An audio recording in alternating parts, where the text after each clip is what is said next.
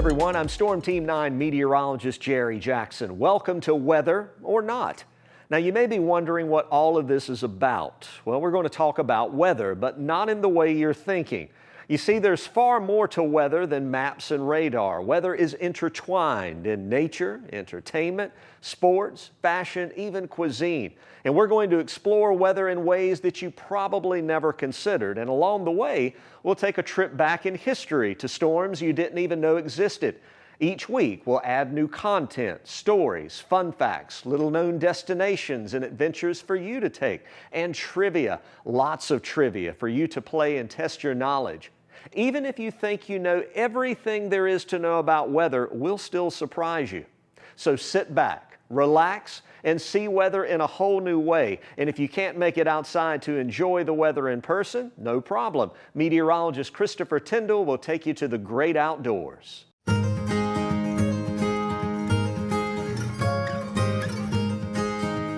Bald cypress trees are among the most recognizable trees thanks to their massive base and thin bark. They are also some of the longest living trees in the world too.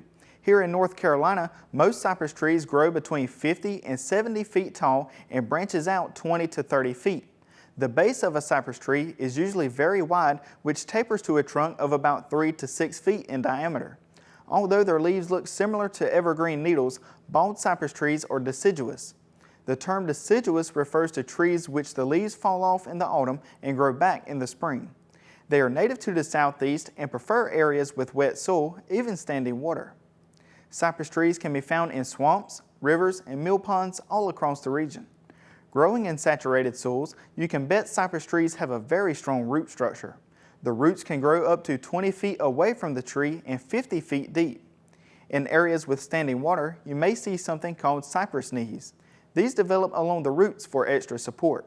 Cypress trees are very important to our ecosystems because they provide shelter for dozens of species ranging from frogs to waterfowl. They are also important to humans as well. The wood from a cypress tree has a relatively straight and heavy grain, making it a desirable choice for cabinets and flooring. The wood is naturally strong and rot resistant, so it's commonly used for railroad ties and boat building. In one way or another, bald cypress trees have provided many benefits over the years, so I guess you could say it's in their roots. In the studio, I'm meteorologist Christopher Tyndall, Storm Team 9.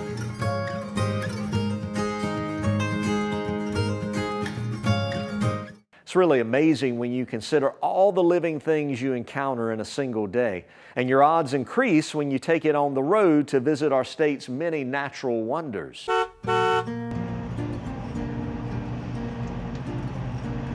Let's take a drive to New Bern, North Carolina, where after you tour Tryon's Palace and explore the grounds, head just down the road to the North Carolina History Center.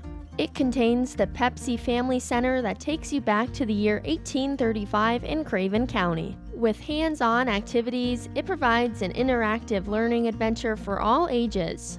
And the Regional History Museum takes visitors on an exploration of the interrelationships of the central coastal area of North Carolina with the world, teaching how local events influenced or were influenced by state, national, and international events. With rotating exhibits, shopping, rare artifacts, and a wide variety of interactive historical activities, your experience will always be fresh and exciting with each new visit. The Pepsi Family Center will transport you through time, and the Regional History Museum takes you from the very formation of the coastline to the people who shaped the history of this region. The face-to-face Civil War sketches and stories gallery shows you New Bern's occupation through the eyes of African Americans, Confederates, Union soldiers, and women caught between both North and South.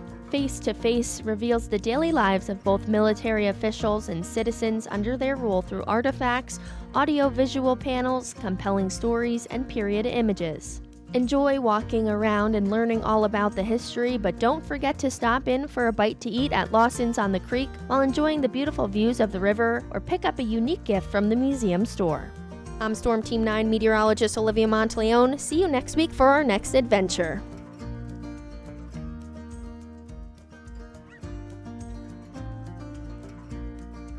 As you can see, Olivia really likes traveling, and you kind of have to be in our business. For meteorologists, and especially reporters, being outside can be just as important as being inside. After all, it's outside where all the weather really happens. As temperatures change, so does the thickness of your engine oil. In this edition of Revving Up, we'll talk about how you can use climate to determine the right engine oil for you. Naturally, the viscosity of oil will increase as the temperature decreases. In other words, the colder it is, the thicker and slower the oil is. For many years, people used straight grade oils such as SAE 30. However, in colder temperatures, the engine would make an awful clattering sound upon startup. This is due to the fact that the oil would be thicker and therefore slower to cycle throughout the engine. To combat this problem, engineers developed multi-grade oils such as 5W30 and 15W40. It's a common misconception that the W stands for weight, but it actually stands for winter instead. These numbers mean that the oil is specifically designed so that it will act as a 5-weight oil in cold temperatures and a 30-weight oil at operating temperatures. Thanks to extensive science and engineering, it behaves much differently than a straight grade oil. That being said, since multi-grade oil is thinner than straight grade oil in cold temperatures, it's better to use it in colder conditions. This oil will cycle through the engine better, helping to prevent dry starts and engine clatter. Not to mention, it's safer for internal components. In older model vehicles, 10W30 was very common, but in today's newer engines, the internal components are built with less wiggle room, so to speak. These tightly built engines will not allow thicker oil to squeeze into tight spaces. Therefore, it won't be able to coat parts sufficiently. Also, the oil won't return into the pan quickly enough for the cycle to continue. This can lead to catastrophic engine failure like scorched bearings or total seizing. Also keep this information in mind before using additives in your oil. While some oil additives are beneficial, many are designed to be used in older, worn engines. Due to the fact that most oil additives are very thick, they may not cycle well through your engine. So whenever it comes time to service your car, use this information to help choose your oil.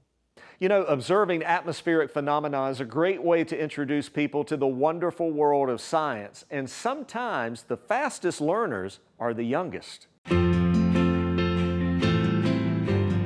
Our weather kid this week is Haven. She doesn't just track the weather, she plays in it, and summertime is her favorite. Play in the water. You like to play in the water? What do you like to play in the water? Do you like to swim or do you like to do other stuff? I like to flash and kick the water. But Haven also finds a way to have fun in the cold weather too, including snowfall. We were throwing snowballs. Oh, that's good. That's good. Did you try building the snowman? Yeah, little one. Haven understands it's important not just to protect people in bad weather, but our pets too. When the thunder's loud, they go in their dog's house and they stand there for not getting wet. With such an interest in weather, I knew Haven would enjoy the green screen. The front is making a bad thunderstorm, so y'all better watch out. Haven had a fun time at our studio, and if you're curious about having your child visit with us, send me an email to jjackson@WNCT.com and I'll explain how it all works. For the Storm Team 9 Weather Kids, I'm Chief Meteorologist Jerry Jackson. Class dismissed. We almost forgot. 2 minutes, 8 questions. Good luck.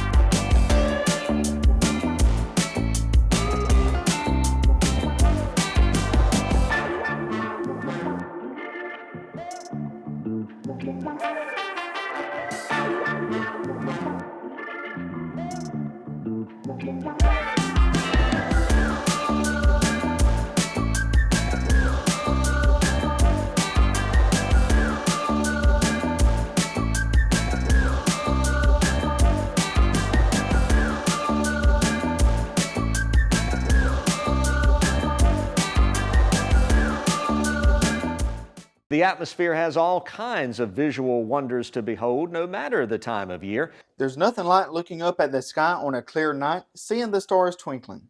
Although they may look like tiny specks of light, they are actually huge fireballs.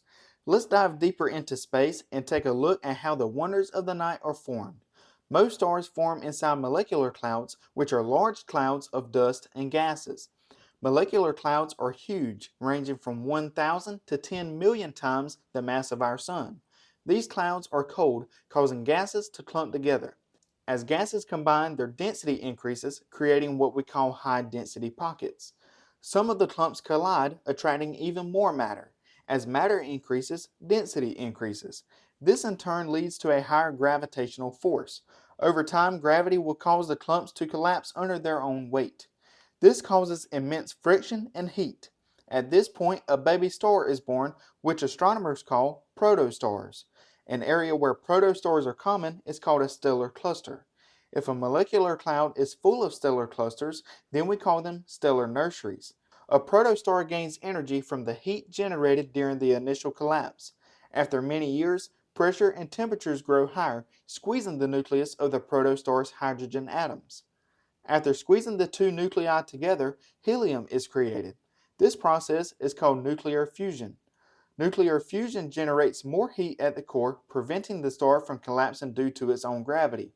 Stars that are currently undergoing this process are called main sequence stars. This is the longest phase of a star's life. For example, the Sun is a main sequence star, and scientists believe it's roughly halfway through this phase. The mass of a star will determine how long it burns. The bigger the star, the shorter the lifespan. This is because it requires a lot more heat and energy to keep the star from collapsing. On the other hand, smaller stars require less heat, burning cooler and more efficiently. So the next time you're out stargazing, you'll now have a little more insight as to how they are born. Water contains so much beauty, but can also be a source of great destruction. And whenever we think flooding, there's some infamous hurricanes that come to mind. A tropical depression developed during the afternoon of August 31st just southwest of the Cape Verde Islands. Becoming better organized, Tropical Storm Florence developed during the early morning of September 1st. Florence strengthened into a hurricane and then a major hurricane while moving northwestward across the open Atlantic Ocean. Winds peaked at 130 miles per hour on September 5th before it weakened back into a tropical storm on September 7th. However, with lessening wind shear and warmer ocean temperatures, Florence strengthened back to hurricane strength on the 9th. It rapidly strengthened on September 10th with sustained winds of 120 to 140 miles per hour through the 11th before it weakened again on September 12th. It continued to weaken as it approached the North Carolina coast and made landfall during the morning of September 14th, 2018, as the eye crossed Wrightsville Beach at 7:15 a.m. with sustained winds near 90 miles per hour. The storm spent 2 days producing record-breaking rainfall across eastern North Carolina and portions of northeastern South Carolina. Over 30 inches of rain were measured in a few locations, exceeding the highest single storm rainfall amounts ever seen in this portion of the state. However, torrential rain continued to fall for days, causing historic flooding across large portions of eastern North Carolina and some areas in South Carolina. Many areas damaged heavily by flooding during Hurricane Matthew in 2016 were devastated once again. Tornadoes also developed within the stronger rain bands, and dozens of tornadoes touched down and were confirmed by National Weather Service storm survey crews. Record river flooding developed over several days. A United States Geological Survey survey report indicated 9 river gauges reported floods exceeding their 1 in 500-year expected return intervals. Although Florence will be remembered primarily for its record-breaking flooding, wind gusts over 100 miles per hour caused significant damage to buildings, trees, and electrical services across the Cape Fear area, and a storm surge of over 4 feet eroded beaches and damaged properties between Cape Fear and Cape Lookout. The state of North Carolina reported 42 fatalities due to the hurricane and preliminary damage estimates of $16.7 billion.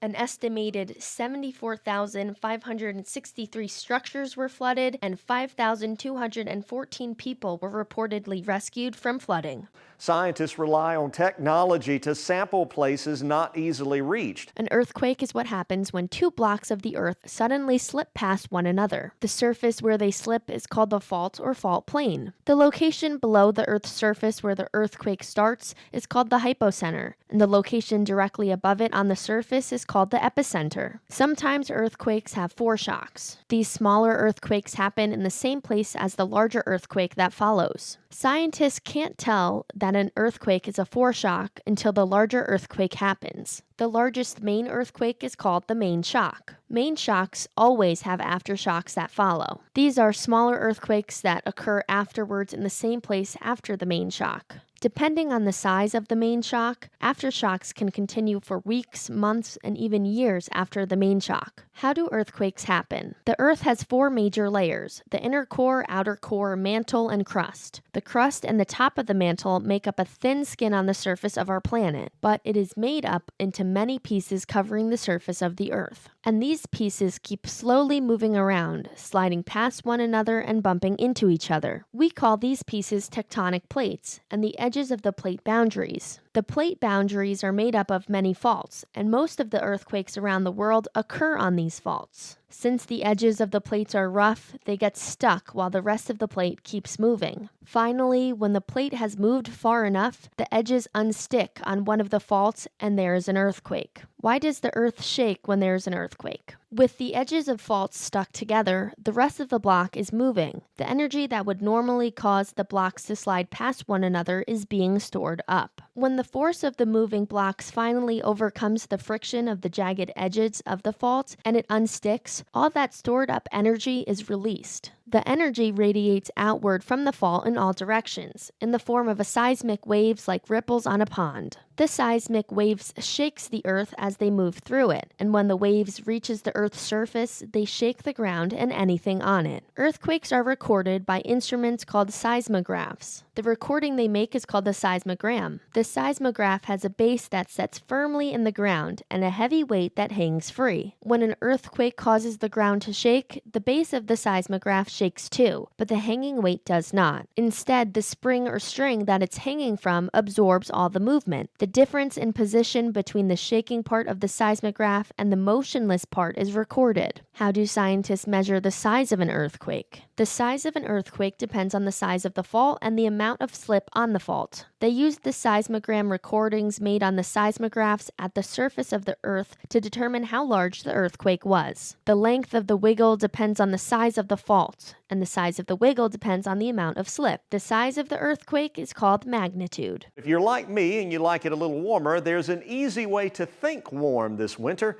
Imagine yourself on a tropical island simply by playing a board game.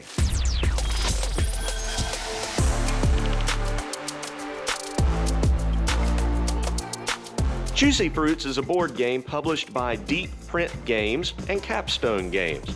It can accommodate 2 to 4 players and takes about a half hour to play, but the time does vary based on the flow of the game. In Juicy Fruits, players harvest fruit and grow their business on a tropical island. Setup is simple and clearly explained in the instruction manual. Players alternate turns, and each turn is comprised of 2 steps. In step 1, the player slides a single brown collection tile of their choice in any straight line until it stops, collecting the pictured fruit in the process.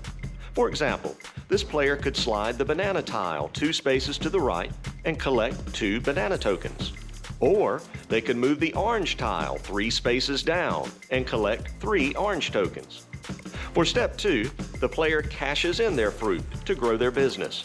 For example, The player could trade their fruit to nearby boats, earning victory points. Or they could trade for additional abilities and resources for a chance to earn even more victory points later. The player also has the option of not trading at all, if so desired. Each time a business resource is obtained, the game counter drops by 1 space. Once it reaches 0, the game ends. The player with the most points wins. And with that, we come to the end of another edition of Whether or Not. I hope you've enjoyed experiencing some of the wildlife of our state, revisiting some familiar songs and movies, playing a little trivia, taking a trip to the inner planets, and getting your Thanksgiving menu together ahead of schedule. You never know what you're going to find from week to week, so be sure to check back every time a new episode drops. That way you can stay informed, enlightened, and a little bit happier. I'm Storm Team 9 Chief Meteorologist Jerry Jackson, and this is Whether or Not.